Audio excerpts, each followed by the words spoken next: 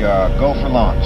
5, Quiet, numbskulls, I'm broadcasting. Anything can happen in the next half hour. 4, My friend, we cannot keep this a secret any longer. This whole thing is insane. 3, Quiet, please. I am analyzing. Where's the kaboom? 2, There was supposed to be an earth-shattering kaboom.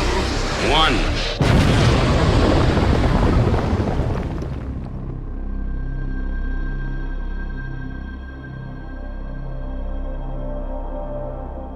People ask if life is teeming across the galaxy. Where are they? How come they're not just walking into the front door of the White House or visiting us here in New York in Times Square? I have some unorthodox thoughts on that matter. I wonder, first, maybe they have visited us in Times Square, but no one noticed because everybody who kind of hangs out in Times Square is just a little crazy. And then I worried, suppose the aliens visited during Comic-Con and they would land at Comic-Con and everyone is dressed as aliens and nobody notices. Greetings, my fellow galactic travelers, and welcome back to Planet 8. This is your mission commander Larry speaking to you from our hidden base. Chief Engineer Bob is here by my side as always in the command center, and circling Planet 8 in our orbital spy satellite is Reconnaissance Officer Karen. And we are back. Your Planet 8 crew is coming at you with our top 10 favorite alien list. Will this make the list? Walker, will that? Bob? Let's find out. Waki, why don't you get us started on this one? All right, Commander. So we've done this before. We're no novices when it comes to top 10 lists. We've done top 10 robots in the past. We've done top 10 spaceships. We did our top 10 sci-fi films. So this is a proud tradition at Planet 8 of doing top 10s.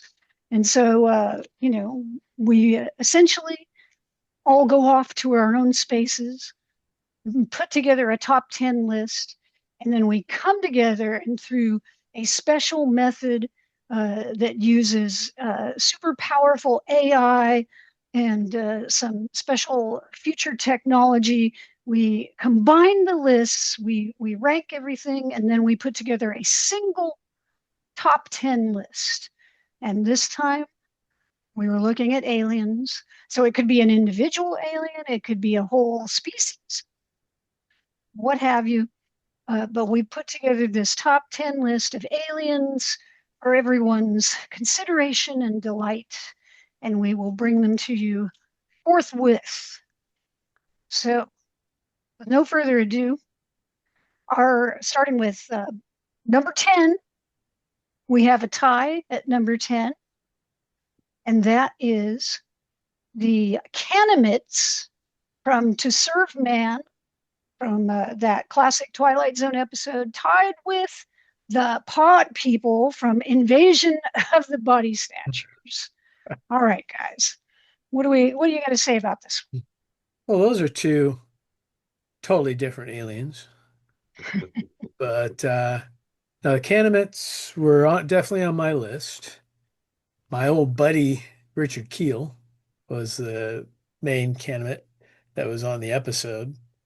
And, of course, spoiler, we're going to spoil a bunch of stuff. Oh, yeah. But, the spoiler is that he comes down, he's inviting people back to his planet, and he presents a book, To Serve Man, which everyone thinks is, a book on how to be of service to mankind. And there's this one woman who's sitting there trying to translate it all.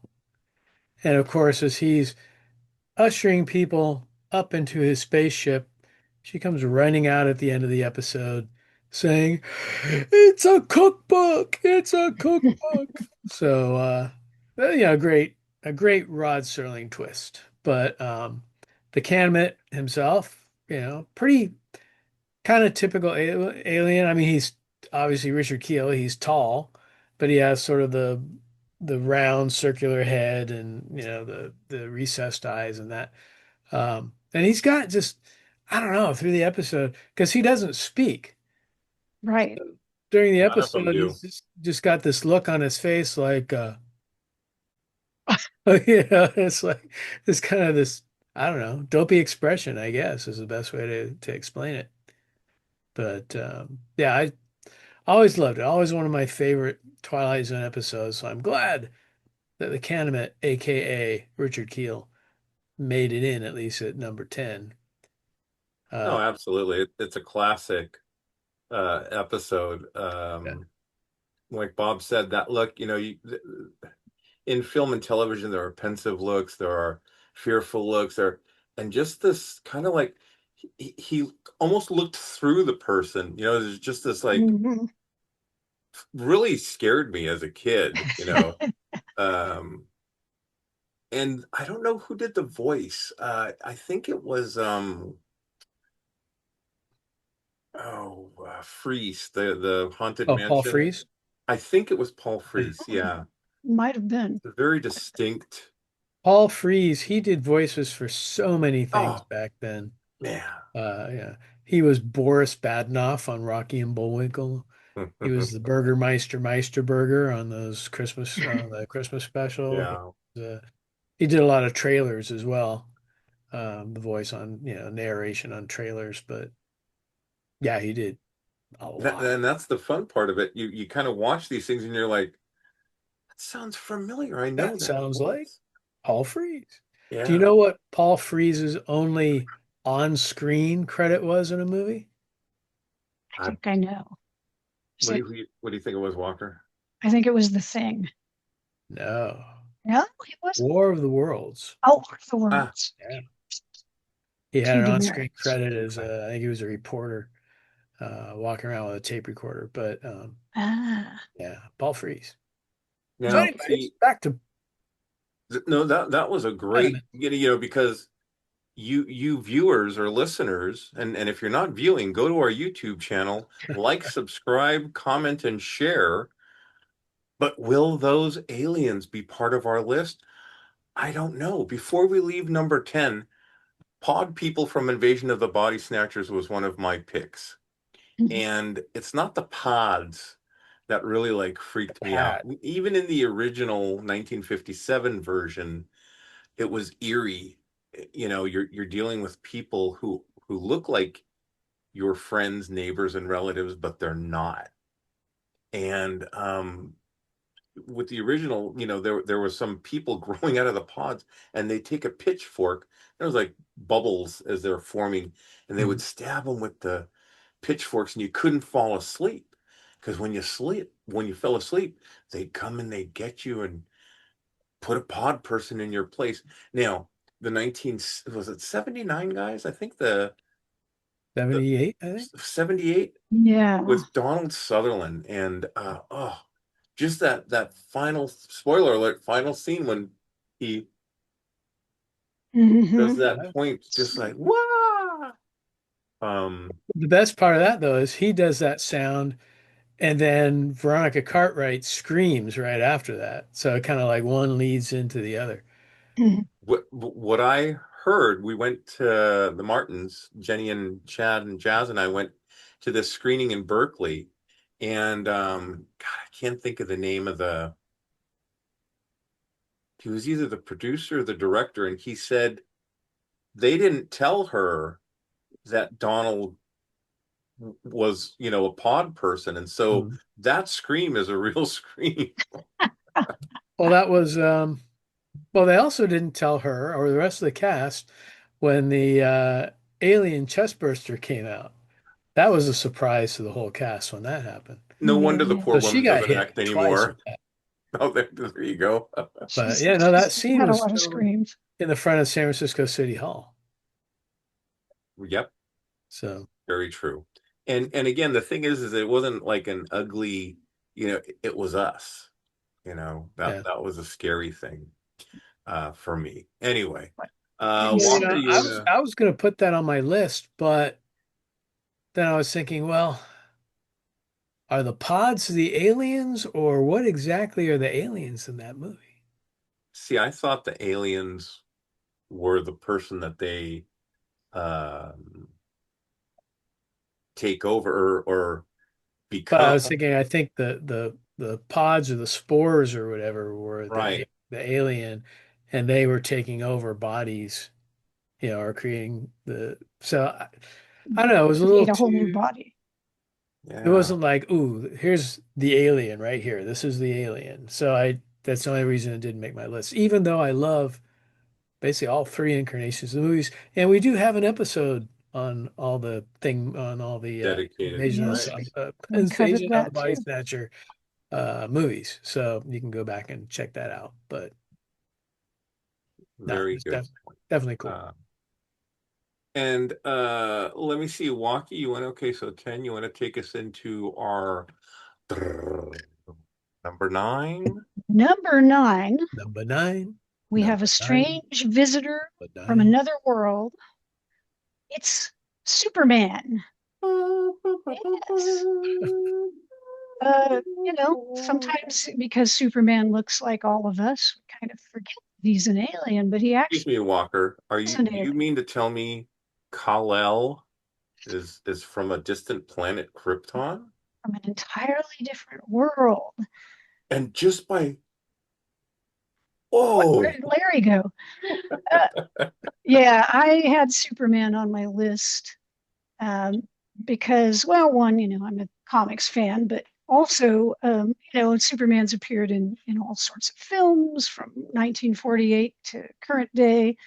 He's been on television, uh, and Superman's such a big part of the culture, but he's an alien. He's not, the all-American homegrown hero. He's the immigrant, right? And in this case, the ultimate immigrant. He's from outer space. So thought, gosh, we can't have a list about aliens without this amazing alien who has so permeated the culture. There was one list that did not have him on it. There was at least two that did not have That him would be on it. mine. I did not Yes, have Superman on my list, so neither. I didn't even think about him really. Well, and that's kind of the fun of it. Like who, Yeah. our lists, I will say our lists were very different. We only crossed over in a few points, and so there were a lot of ties and things, and a lot of low number, uh, you know, votes that started to percolate up the list. So it was different than maybe some of our other lists that we've had in the past. yeah. I almost put Superman because I do love soups, and especially with the most recent film, him being of alien origin was a major plot point, or one of the plot points in the film. But I will wait to share who I put in place of Superman. So good pick. See, I had thought that Superman would have been on Larry's list rather than Karen's Me, list. Larry me likes too. to surprise his co-hosts once in a while. What do we got for 8 there, Walker? Number 8 is a chief engineer pick. I don't want to mangle it. It's Balton Sagin. It Bob, is. say it right. Beijing is Japanese for alien. So he is an alien. And Bolton, if you're watching on YouTube, I'm holding him up right now. Yeah, that was his laugh.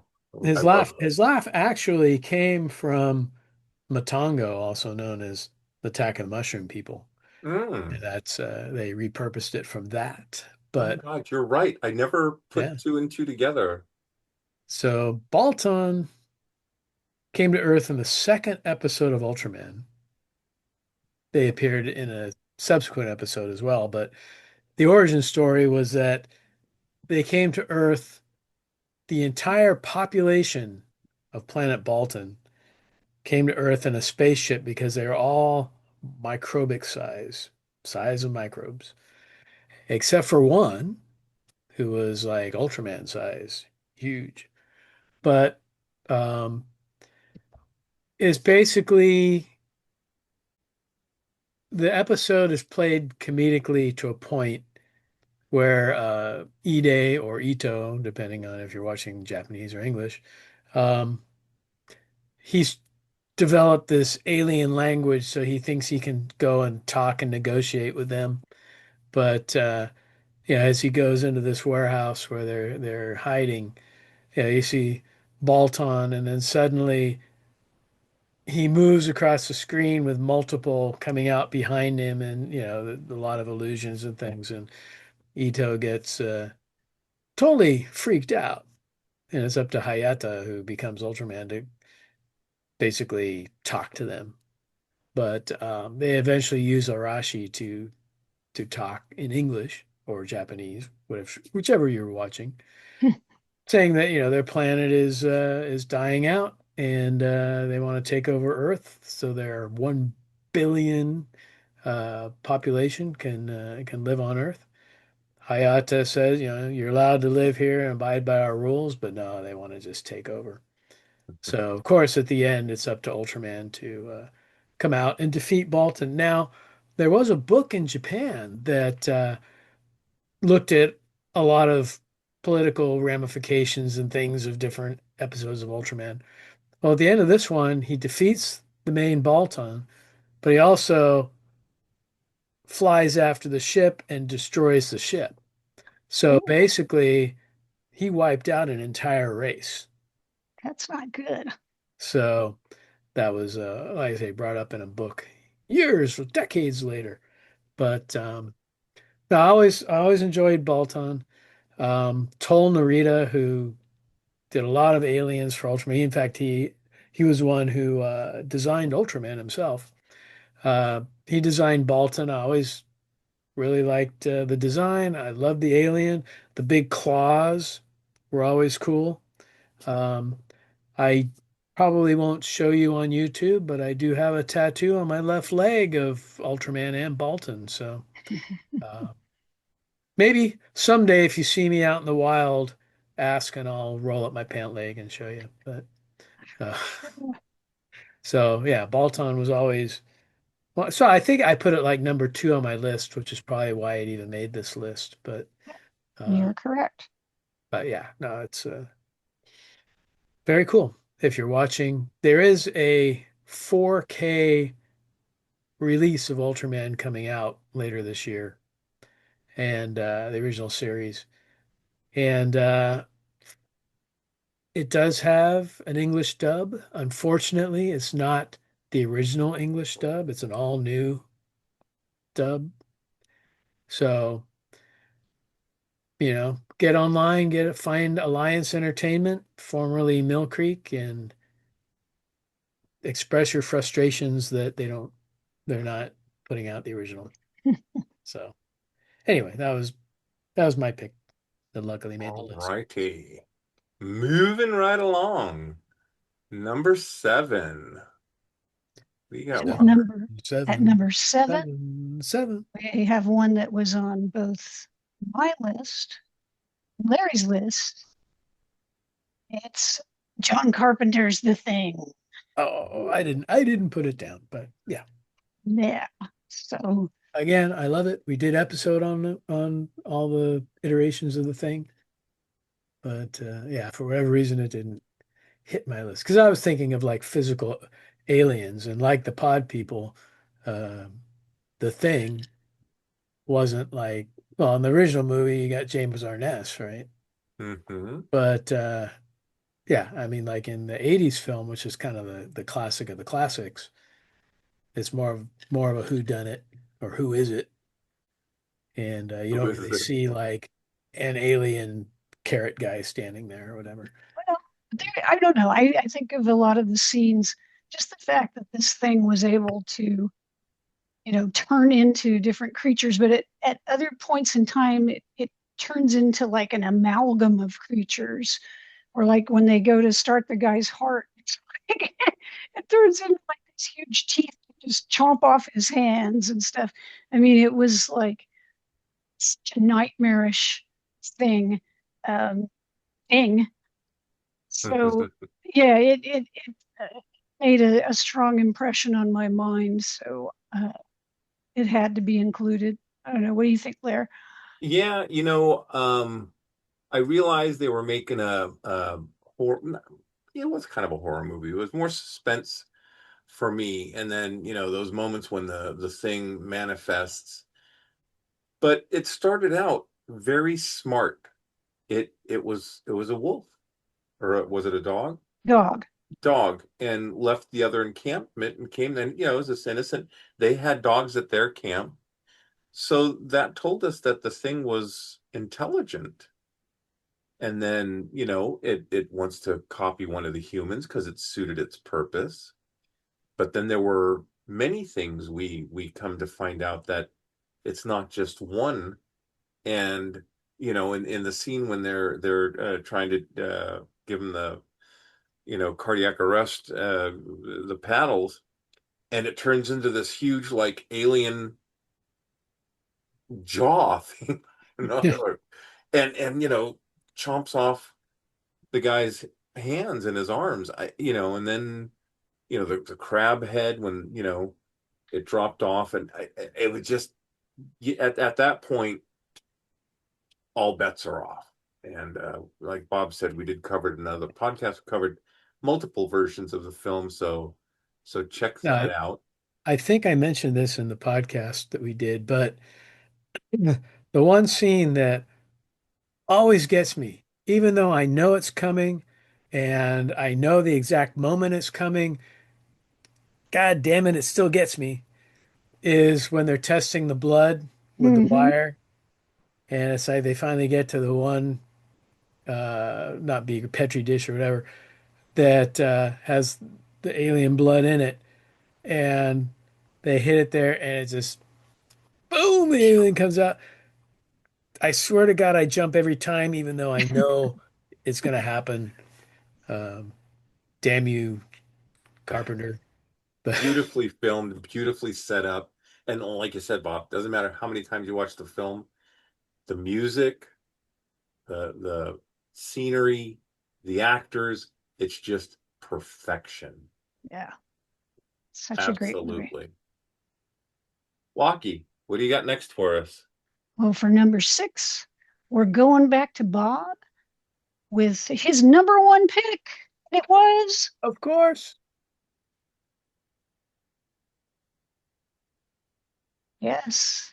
And for our listeners who can't there he see is all behind my this, shoulder. Ultraman. I did pick Ultraman as number Ultraman. just because he has had such an influence on me, not just Ultraman, but all his different iterations throughout the years, all the way through, Ultraman Omega was last year. They've got Ultraman, I think it's Ultraman Teo coming out this year for the 60th. This year is the 60th anniversary of Ultraman. Hmm. So, and still going strong. He's in the Guinness Book of Records for the most like sequels and iterations or whatever. Um, and just, when I went to Japan in 2009, we were looking for some Godzilla stuff and whatever. Godzilla was somewhat hard to find, but Ultraman was everywhere. It's like in Japan, bigger than Godzilla. He's like the thing. So, well, not the thing, but he's His number one. own thing. So definitely made my list and made my list at number one just because. I remember, and I probably mentioned this before, as a young lad watching Captain Cosmic, and he would play Ultraman. We didn't get any of the other versions, Ultra 7 or Ultra Tiga. It was just Ultraman. And I had my mom, God love her, she's such an amazing person, um, take me to Japantown. And this is pre-internet. I don't know how she found that Kinokuniya, a bookstore with Japanese books, was there. And the guy was like, it's been out of print, for decades now. And I was like disappointed, whatever. But she got like a Godzilla. There was a magazine of Godzilla. Years later, it just blew up. I don't know what caused it, but I was able to find all kinds of Ultraman reference material, magazines and books and stuff like that. But Yeah, we were going to Japantown since like mid 70s. Hmm. And yeah, we would probably the reason they didn't have anything is because we knew when each of the stores are getting their shipments in, and we'd stand there and wait, sit there while they open the boxes and grab stuff before it even made it on the shelves. But yeah, no, it's definitely out there. It's a And good look, pick. maybe even look for some Ultraman in the upcoming Godzilla Fest. Mm. We're in negotiations, as they say. But All right. Good pick. Waki, why don't you take us up to folks? We've reached the halfway point. Pick number 5. Take it away, my friend. except for that pesky tie, that kind of throws it off a little bit. But Wow. That's okay. number 5. 5 may be a tie too. We don't know. No. Let's see. So number 5, we're going back to the 1950s, I believe. This was on both my list and Bob's list. The Saucermen from Invasion of the Saucermen. Yes. Yeah, we finally got some Those real, wee little aliens with the big head. yes, Yeah. bug-eyed aliens. They're the atypical aliens, like from the old pulp magazines and things, Hmm. and brought to life by Paul Blaisdell and our friend Bob Burns, and in Paul Blaisdell's garage. But they have the big bulbous veiny heads and the big round eyes. And the cool thing too was they had an eye on the back of their hand, and they had needles that came out of their fingers with little drops coming out of them. And what Alcohol. that was it was alcohol. Yeah. And they would stab people with the alcohol. And if they already had alcohol in their system, they would like overdose on alcohol and die. Um, but you've got like people that didn't have alcohol in the system. They're just really drunk at the end. But there's also that classic fight with the saucer man and the bull as it's charging through the field, and the saucer man is like poking him with all his needles, and at one point even the bull's horn like gouges his eye. And I always thought when I was a kid that was so cool. But one of Good Well, the pick. one of the stars of the movie, we all know, he was even in the original Batman, 66 Batman. Nobody, no. Frank Gorshin. Oh, okay. Yeah. So Nice. Well, I wanted to have one representative on my list that was like a gray, close to it, the little alien, just a little, big-headed alien. And I Yeah. was kind of torn between these guys and the Close Encounter aliens. And then I was looking also at there were some other kind of grade Z movies with little aliens. And I thought, well, well, there was the Martians in Mars Attacks too. yeah, I've never been a fan of that movie. Oh, really? So I decided to gravitate to the Saucerman because that appearance is just like classic.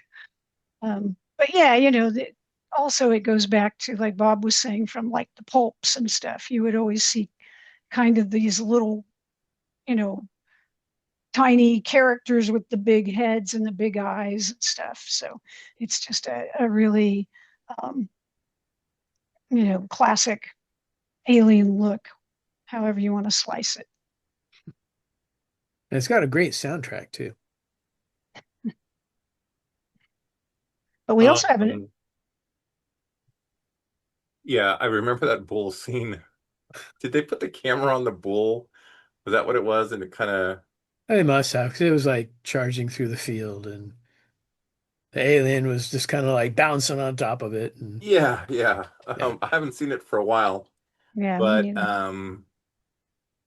I'll wait till the censor sweep to share. I will be watching it soon. Someone gifted me a copy. And I feel what you're saying about the classic Alien Walker. I was thinking of Barney and Betty Hill and the aliens that The Interrupted Journey. yes, Yeah. in the film, to hear that deep voice of James Earl Jones screaming in Yeah. panic as it's a hard film to watch. It's a long Yeah. film, but it'll leave an impression on you. But yeah, classic Greys, X-Files, Close Encounters, Hmm. Saucermen. I mean, good pick, guys. Good pick. Let's I'm always a sucker for an American International Pictures film. and we did an episode on Well, you did. AIP. So check that out, kids. You got a lot of episodes to check out. Walkie, why don't you walk us up to pick number four? Number 4, also a really classic looking alien on both Bob and Larry's list, and I could have kicked myself when I saw it. I thought, why didn't I have this on my list? A great pick by you guys, the Metaluna mutant from this Islander. Bob, There please he stand is. up. It's on There Bob's you go. shirt. Yep. Just a great pick, guys. It's a classic. It kind of gives you that big head, but the claws, and people will make fun and say, oh, like it's wearing pants and this, that, and the other. Hey, the look, the iconic look of that alien, how could it not make? Hey, we all wear pants. Make fun of us too.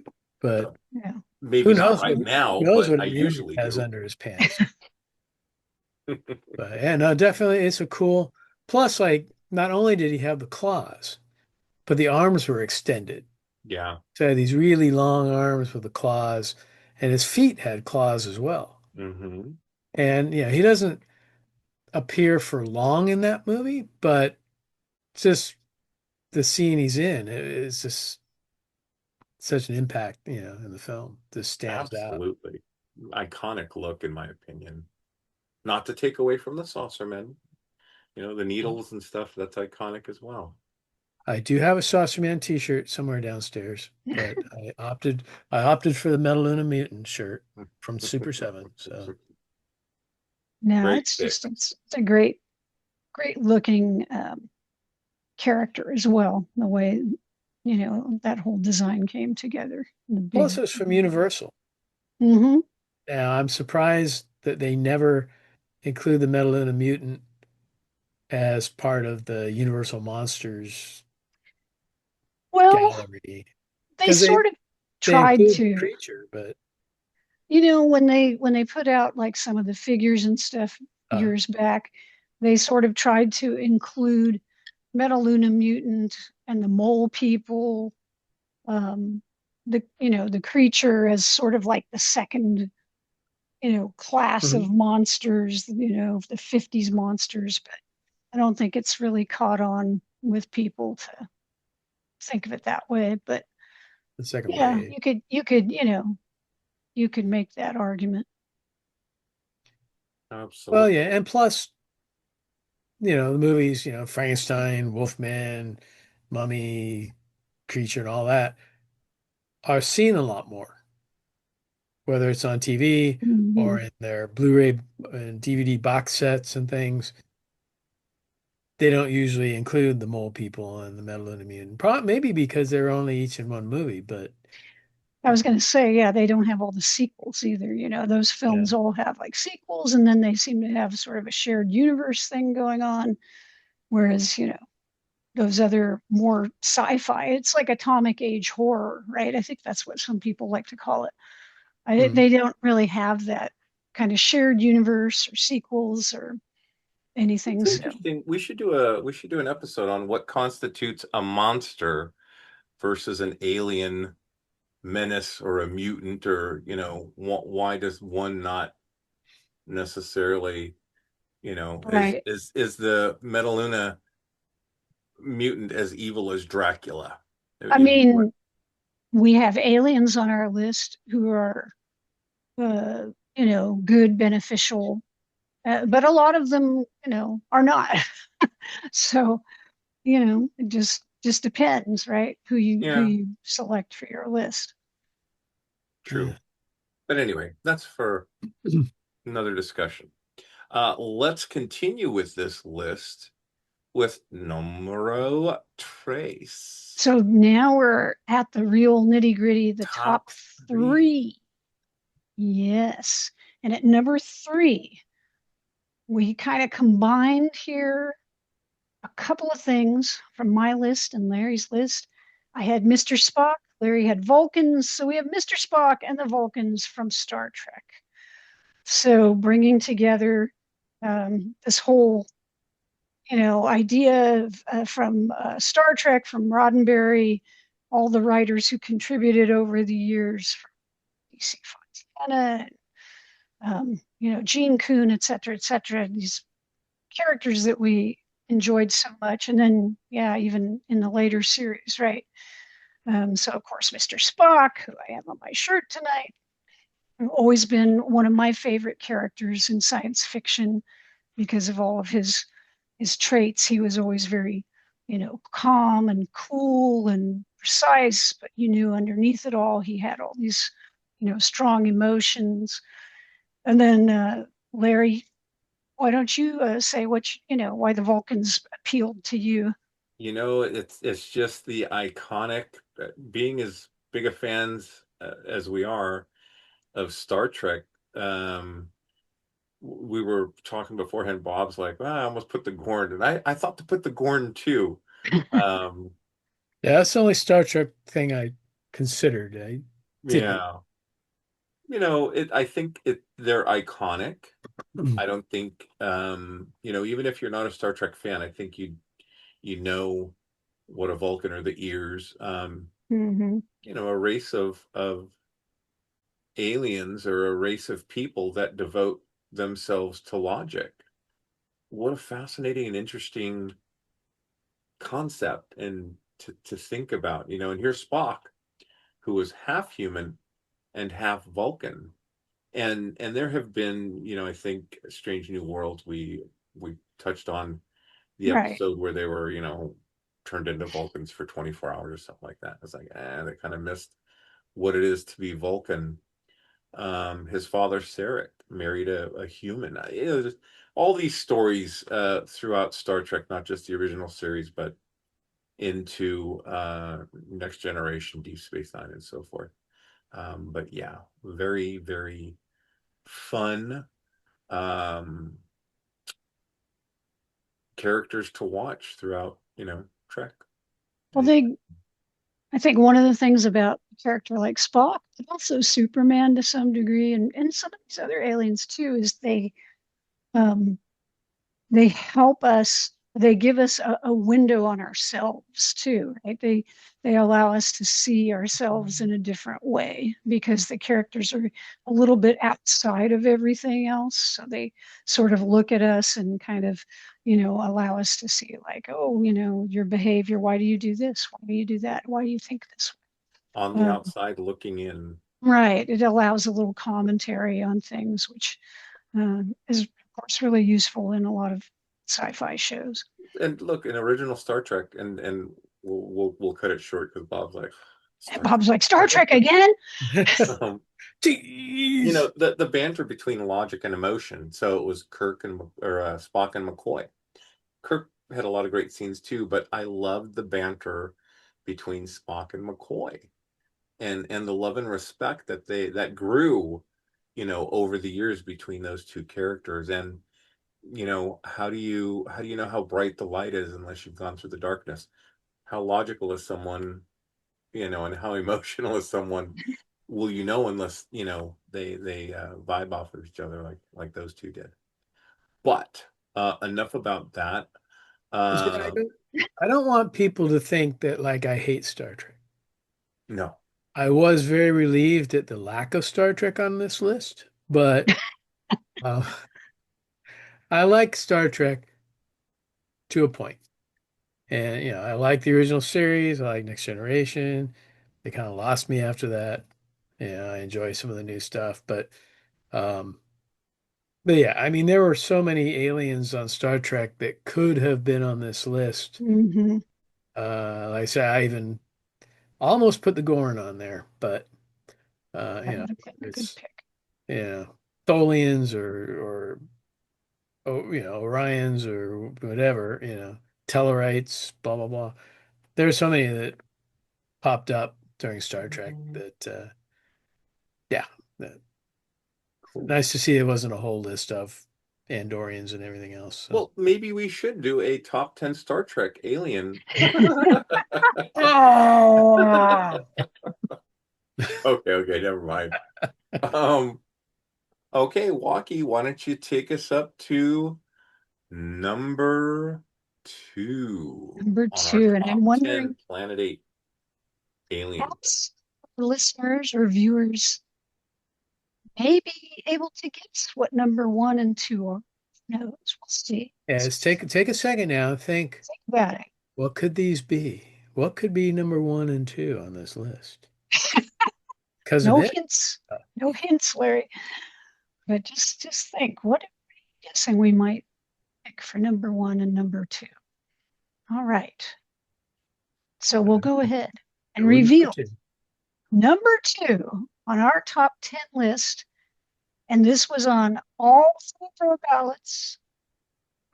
We have the alien xenomorph from Yep. the original Aliens. Yes, as Larry shows off his T-shirt. The alien, and I think we all just sort of put like Alien or original Alien, or I think you had Ridley Scott Alien, but we all went with the Alien, and so obviously super iconic character now. The original films are also classics of sci-fi / horror. So yeah, just an amazing creature design as Larry gets killed by the face hugger. Or If you're on YouTube, you David. just saw me get killed by this life-size face hugger.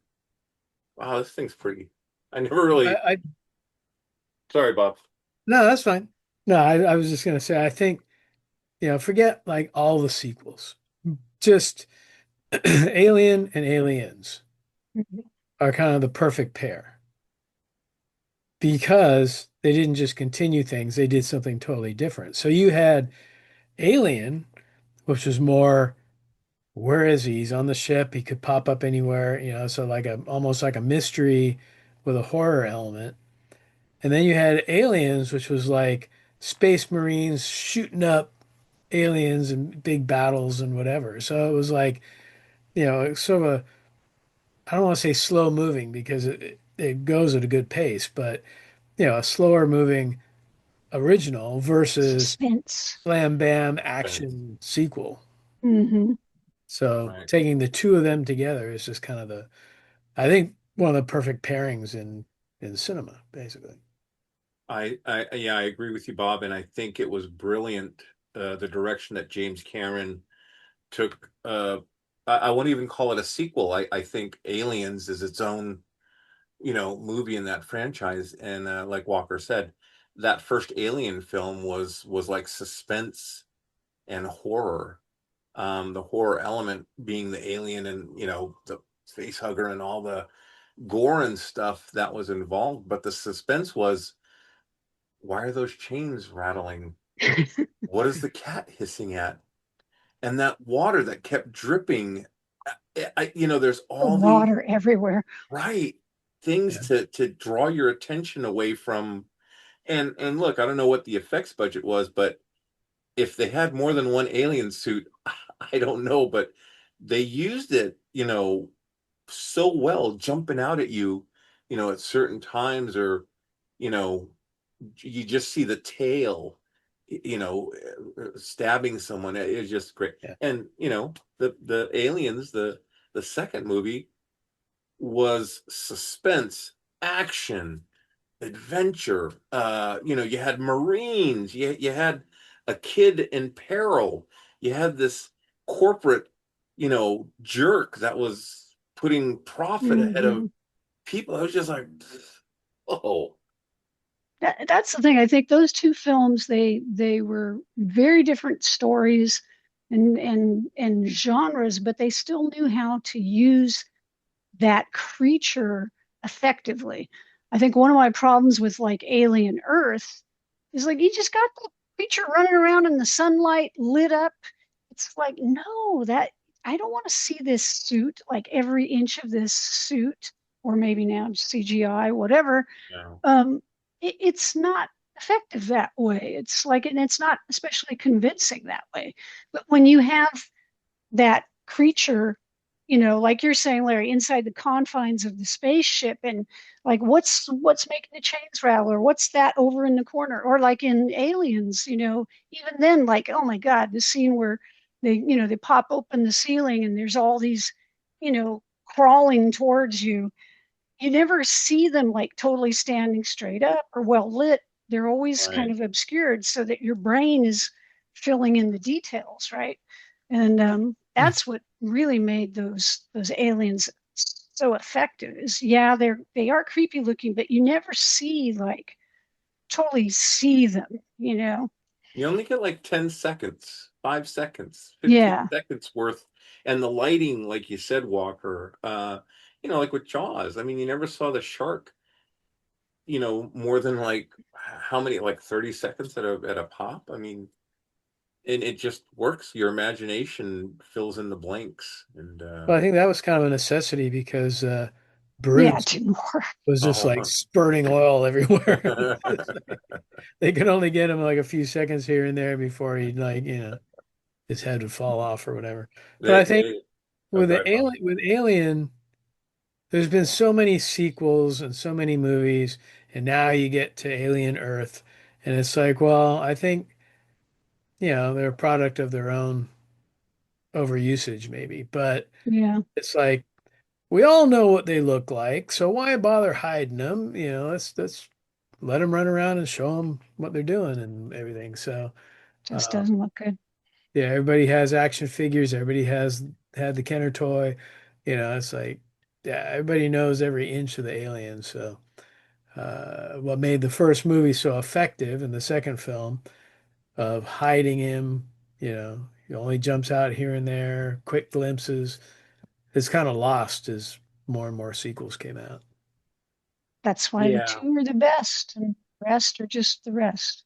I agree. I will say though, the TV series, I agree with your comments about, the aliens out in the jungle, and but I did enjoy some of the stories, not all of them, but some of the Yeah. storytelling was interesting, and I'm looking forward to season 2 to see how the, you know, story continues, or if they have to wrap things up, because there won't be a season 3. Hmm. But Is that what they said? I didn't hear that. I don't, I haven't heard anything, but I'm just thinking, Yeah, it's an expensive series, and that seems to happen with these really expensive ones.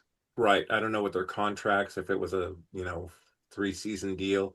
Most TV shows, streaming or whatever, you're going to get like 4 episodes, 8 episodes, and maybe 4 seasons if you're lucky.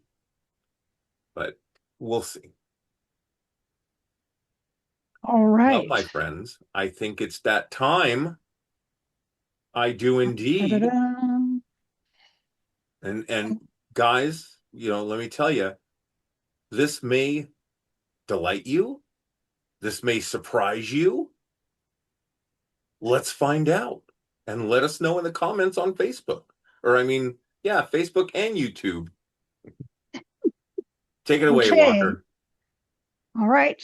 Everyone, our number one pick, Planet 8's top alien Yes, yes. is Into the Chopper, the Yeah. Predator. Yes, the first and the finest, the original Predator wins top 10 aliens. Now you could argue that 1 and 2 could be inverted or whatever, the Oh, alien could sure, be 1, Predator could be 2, but sure. Any given day, we might have changed our votes slightly, and they could have come out a little bit differently, I'm sure. It was a difference of 1 point, my friend. 1 1 point, point. 1 point difference. Yeah. But yes, I think, and I think a lot of that has to do with, these both have incredible character designs. The first films featuring these two are just, modern classics. They're great, great films that we, all three of us enjoy. Predator came out on top this time, like Bob says. It could have been Alien another time. So really, 1 and 2 are very close. But we got to give the Predator his due. Fantastic design, fantastic film. And they're coming out with all these. They've kind of renewed the blood of the Predator, and these last few films have been pretty good, actually. And Larry says maybe. Perhaps. I think it has one of the most iconic like sounds. Just that it's almost, it reminds me of crows. There's like this The chittering, yeah. Yeah. Oh my God. And you don't see it, but you hear the it's like if I'm at camp blood or whatever, and I hear oh, I know who's coming. Same with the Predator. You hear that. Just great. The first film, absolutely. I do like the second film as well. I've warmed up to it more. Yeah. I think after I saw the third one, I really gave more credit to the second one. Yeah. But yeah, absolutely. Great pick. But yeah, they all, both Alien and Predator kind of both went off the rails in some of their sequels. But then you had, was it Prey? And we did an episode Yeah. on that, We did an episode which on was Prey. really good. It was. And then Predator Badlands was much better than I thought it was going to be. I've yet to see it. I had a lot of No, you trepidation haven't seen it. to it. They came out, it was pretty good. It was good. They did something different. I enjoyed it. I have to get over the C-3PO element of Chewbacca being on Chewbacca's back. Yeah, it's okay. You'll be fine, Larry. Go watch it again. You'll be good. Yeah, I haven't even seen it once. Oh, really? No, yeah. I was like, man. Well, that really did get to you then. Teenage Predator, and he's got like a little mohawk, and I'm like, It's a different story, but they finally found a way to do something different with the franchise. Because he has to prove himself and all that, but yeah, it's a good story. Yeah, I mean, I saw it too. I thought, oh God, this is. But didn't the Predators have to prove themselves in the Aztec temple with the aliens inside? Was it Alien versus Predator? I'm not sure what's canon. What isn't canon? I'll check it out. I don't know if AVP is in the canon or not, but I really enjoyed it, and the design is a little different, but it's pretty good design. I mean, number 1 is always going to be my favorite as far as both the film and the design. I mean, that's just such a badass design. Oh yeah. I don't think it'll ever be surpassed. But I'm an old person, and that's just how I am. So now the Predator mask in the first episode, the first movie, was actually painted by Steve Wang, who would go on to do films of his own and things. He's very well known in Hollywood, but yeah, he did that original Predator mask. Well done. And we've talked about this before. Nothing against Jean-Claude, but that version of would not have worked.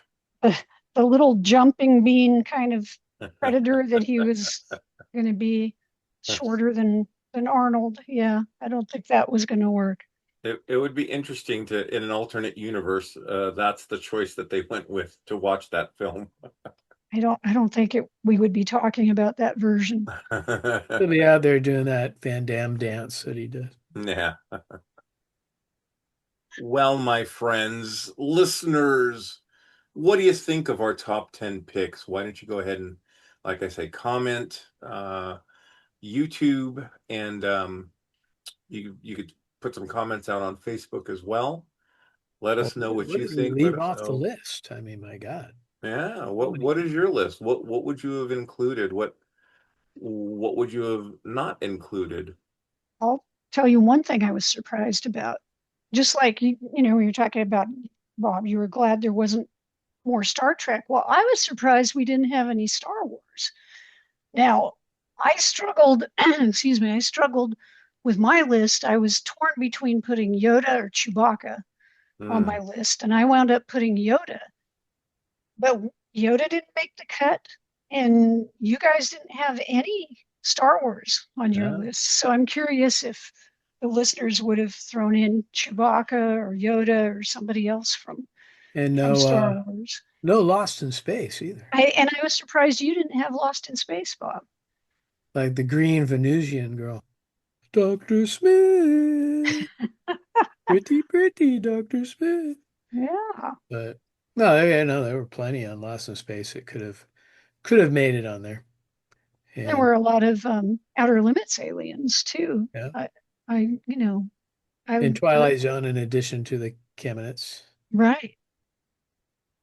There was a lot to pick from, and I guess we should do like some honorable mentions. Why don't we do a round robin?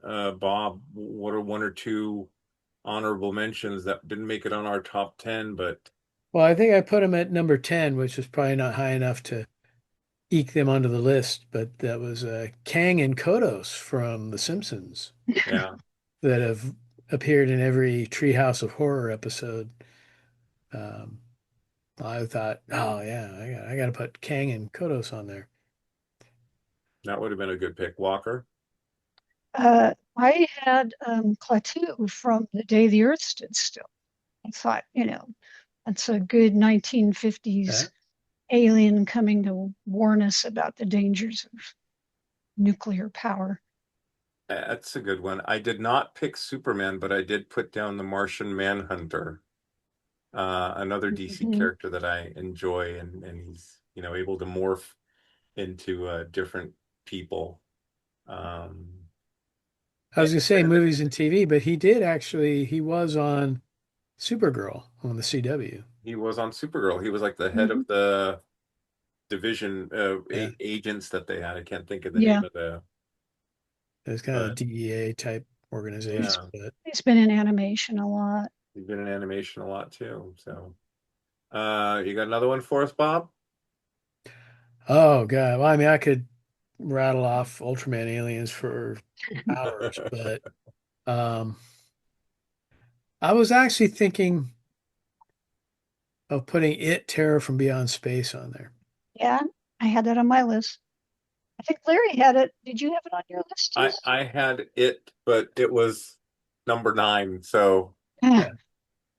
you I know, didn't actually get it on my list, but it was percolating in my brain that it this was was that, on there. yeah, I couldn't put it any higher because I had all the other Yeah, stuff on there. I What didn't about have you, it on my Walker? I didn't have it on my list, but it was on my it was probably like going to be number 15 or 16. You know, one thing I thought about was the visitors from V. Oh yeah, Those the were pretty, reptilian.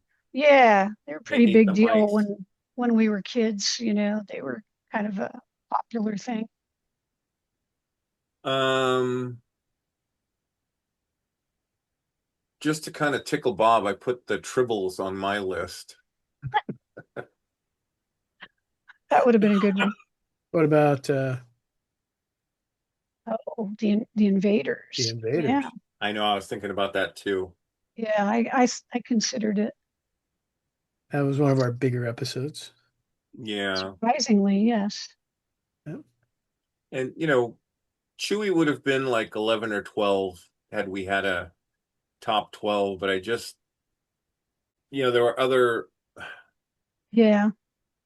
iconic and not so iconic. I mean, I would have put Goldar on there if I had enough, Mm. uh, from the Space Giants, but or the Gamelons. Oh, that would have been a good one. There you go. Yeah. Eh. Well, but you That's know all. what, kids? Like I said, shoot us comments. Let us know what you would have picked, would not have picked. Let me see, what time is it? Yeah, let's jump into our sensor suite, kids. Sensor suite. Bob, what do you got Yeah. for us? Well, before I do my sweep, obviously last episode we did our favorite Saturday morning live action TV shows, of which I picked Land of the Lost. And this week we lost Sid Croft of Sid and Marty Mm. Croft, Right. Yep. who was a huge part of Saturday mornings when we were growing up. And so, rest in peace, Mr. Croft. Sorry to lose you. And it was just happened to be right after we did that episode. So Yeah, I don't know if we cursed him or what, but um, well, and we thank him for all his creativity and all his creations and shows, and his legacy is a good legacy and will live on.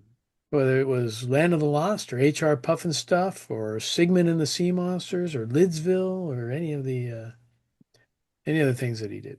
Yeah. So Godzillafest, all the tickets are up for sale now. Oh. So we've got the dinner all figured out. So that also leads to the VIP passes.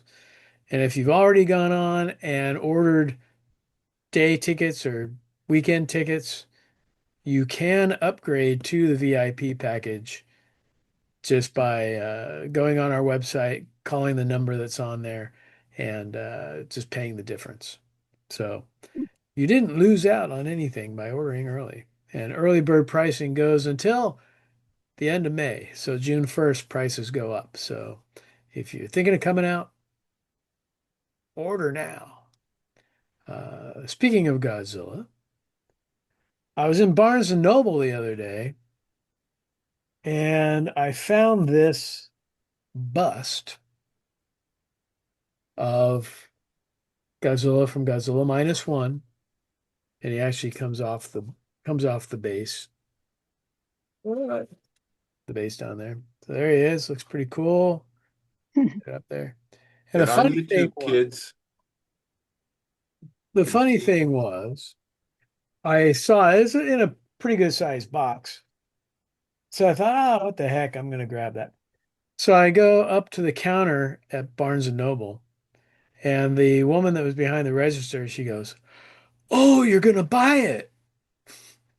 And I go, "Oh, did you have your eyes on this?" And she's like, "Oh, no, no, I can order one if I want it." But she goes, "When it came in, I had to open it just to see what it looked like, and it looks really cool."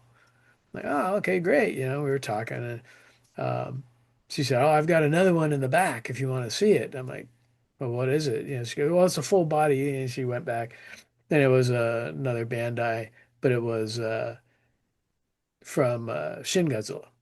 Mm. And I said, "Oh, that's cool, but I can only afford one Godzilla today." And then I mentioned, oh, we do Godzillafest in San Francisco. And before I got any further, she goes, "I love Godzillafest." It's like, very cool. It's always cool to encounter a Godzillafest person out in the wild. So, Nice. so I bought it, brought it home. It's sitting there. You'll probably see it on all the podcasts. I'll try to get better lighting on it next time. Um, but it's interesting that it came out then, because we also had the trailer for Godzilla Minus Zero that came out today, and quite interesting. Spoilers. The last shot is Godzilla approaching the Statue of Liberty, so he's heading towards New Whoa. York, people. But he looks the same as he did in the last movie in that shot.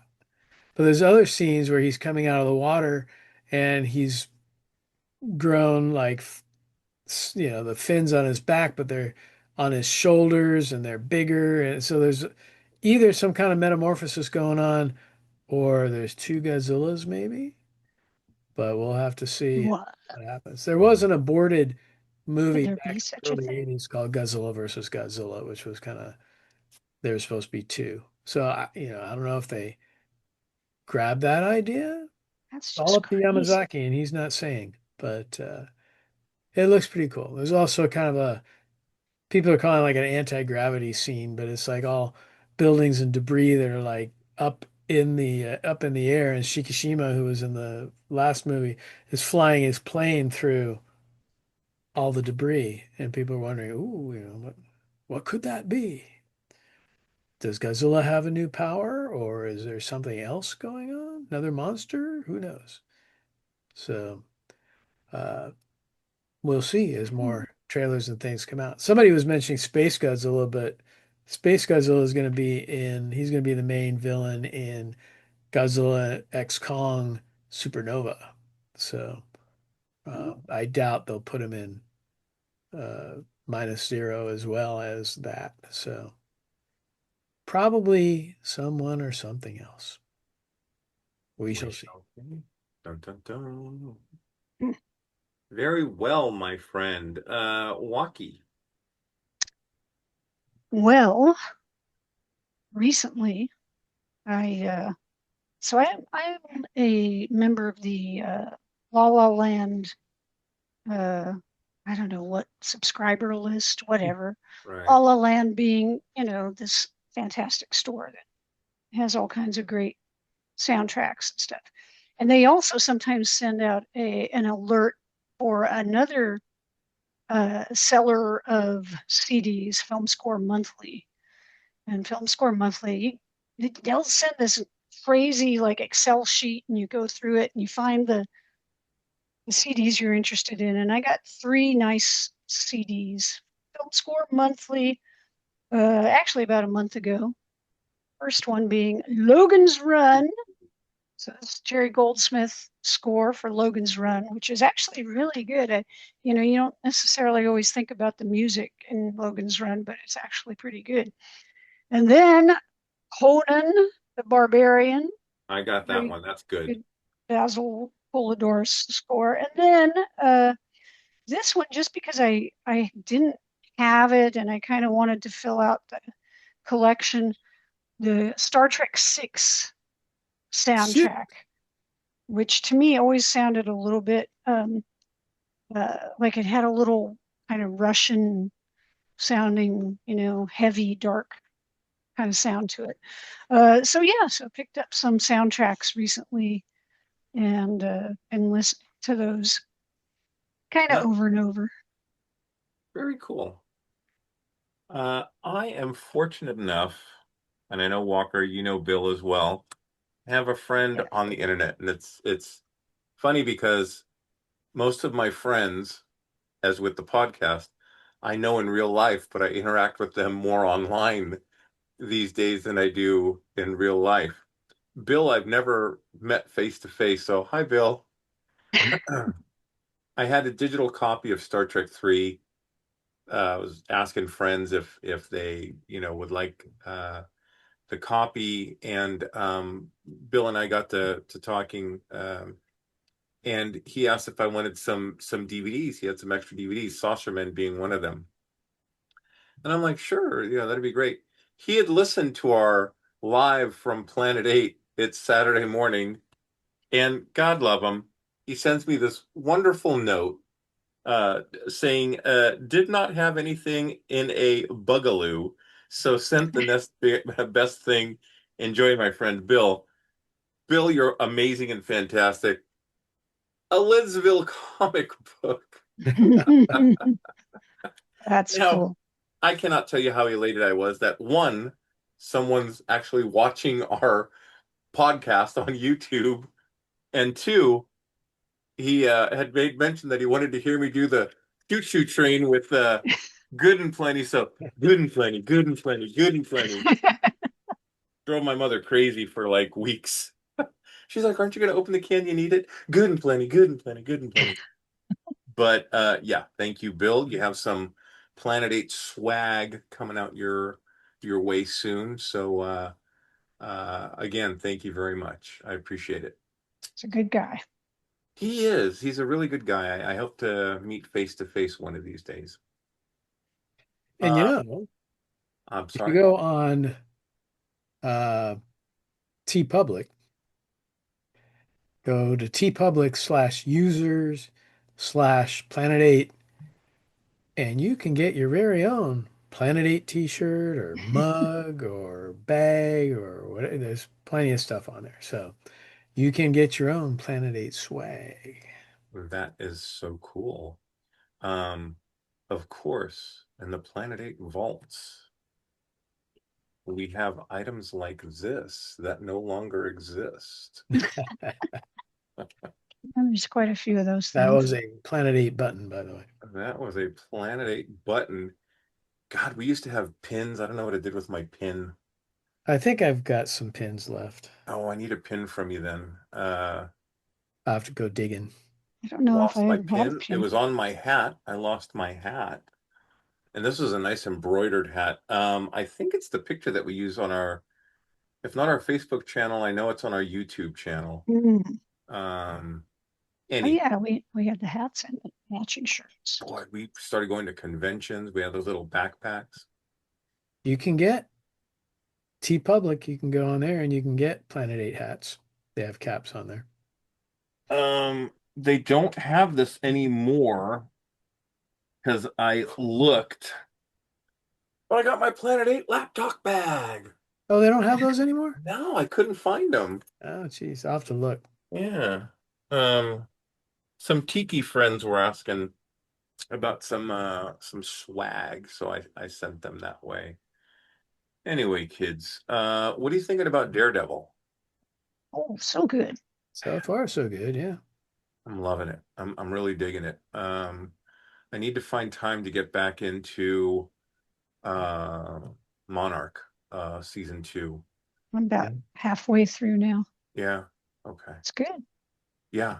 I really Try that too. I would Yeah, look love to for see episodes 9 and 10. That's yeah, Godzilla's in 9 and Kong's in 10. So Spoil them. ah. Just It saying. would Because be everybody's out there on the internet like, oh, they don't show Kong, they don't show Godzilla, they don't. There's not enough Yeah, monster but scenes, is I whatever. don't want to Like, know. I want to be surprised. there you go. I, Well, you I do. want to They're be coming. I want to be surprised at the convention and see Wyatt and Kurt Russell as special guests. Hey, we're talking legendary. It's up to Keith to talk him into something. We'll see. I will, not to spoil anything, but I'm privy to a lot of the discussions that are going on for the show. And honest to God, you guys want to get your tickets and sign up for as many things as you can. The Bob and his crew are putting their hearts into this, reaching out far and wide globally to not just bring in guests, but vendors as well. So start saving your money. File your taxes, use your return. We're talking to some really, really cool artists. See if we can sign them up. Matt Frank, who's very well known in Godzilla comics, he's doing our T-shirt, and we may even make that into a exclusive con poster that you can get.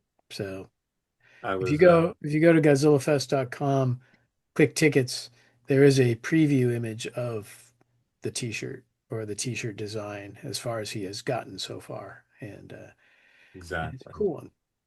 I was telling Bob before we started recording, my cousin Courtney, shout out to Courtney, sends me a text saying, "Oh, did you know about this Godzilla, convention?" And I'm like, "Yeah." Guess who I podcast with? Yeah. So get in early. The hotel. Are there still rooms, Bob? Do you know at the? Yeah, there's still rooms at the Yeah. con rate. Do the whole weekend thing. House of Prime Ribs, like a block away.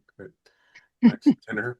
Maybe Wonky will come out this year, and then we could do like a little Planet 8 thing. Mm-hmm. We shall see. We'll see. Find a little sequestered room somewhere. Yeah, or out in my van. Commando podcasting. Oh, Down by the river. my. Yeah. Hey guys, thanks again for tuning in. We appreciate you guys. Appreciate reading the comments on YouTube. Hopefully we try to respond timely. If we missed something, shoot another comment and it'll catch our attention. So, hey, take care of yourselves. Be good to yourselves. Like, share, subscribe, comment, and until next time, this is your mission commander, science officer, and chief engineer signing off of Planet 8. I got Till we promoted. meet again. No.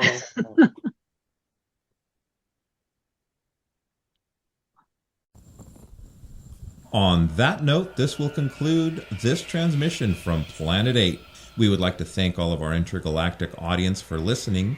Be sure to head on over to our website at www.planet8podcast.com, where you can get more information on this episode's topic. For more conversation, find us on Twitter at Planet8Cast. Or on Facebook at facebook.com/Planet8Podcast. We want to thank you guys for tuning in each and every episode. We look forward to your input and opinions. Until next time, this is Planet 8 signing off. End transmission. By George, he's got it. It is the end.